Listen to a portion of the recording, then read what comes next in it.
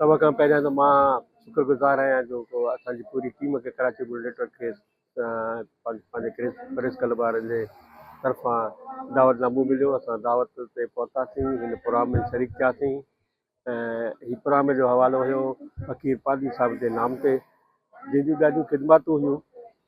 जंहिंजूं माज़ीअ खां वठी ख़िदमतूं हुयूं, काफ़ी कुर्बानियूं हिन शख़्स ॾिनियूं। ख़ासि करे पूरी सिंध लेवल ताईं बि हिननि जूं ख़िदमतूं ॼाणियूं वञनि पियूं, जंहिंमें न्याणियुनि जो इस्लामी न्याणियुनि जो क़ुर शरीफ़ जी तालीम, मदरसे में मदरसा खोलण, न्याणियुनि खे ॾाज वठी ॾियणु, हुननि जूं ग़रीब मिस्किन माण्हुनि खे शादियूं करणु, अहिड़े कमनि में वॾो किरदारु फ़कीर पादी साहिब जो रहियो आहे। हिन अलवदाई तक़रीब में जेके हर साल तरह पंहिंजे कराची प्रेस क्लब वारा इहे प्रोग्राम कनि पिया, आउं त सम्झां थो त इहो वॾो हिकिड़ो किरदारु आहे हिननि असांजे प्रेस क्लब जो,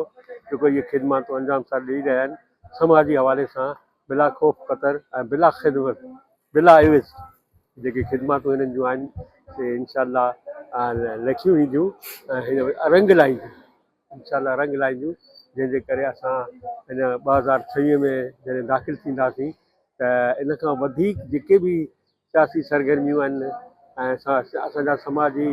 ऐं किरदार आहिनि, जेके समाजी किरदार आहिनि, माज़ी जा किरदार रहिया आहिनि, वलीर में जेके माज़ी जा किरदार रहिया आहिनि, उन्हनि खे असीं वरी बि इनशा ताला आईंदे साल हिन ई प्रेस क्लब जे हवाले सां भेटा पेश कंदासीं ऐं उन जूं ख़िदमतूं जेके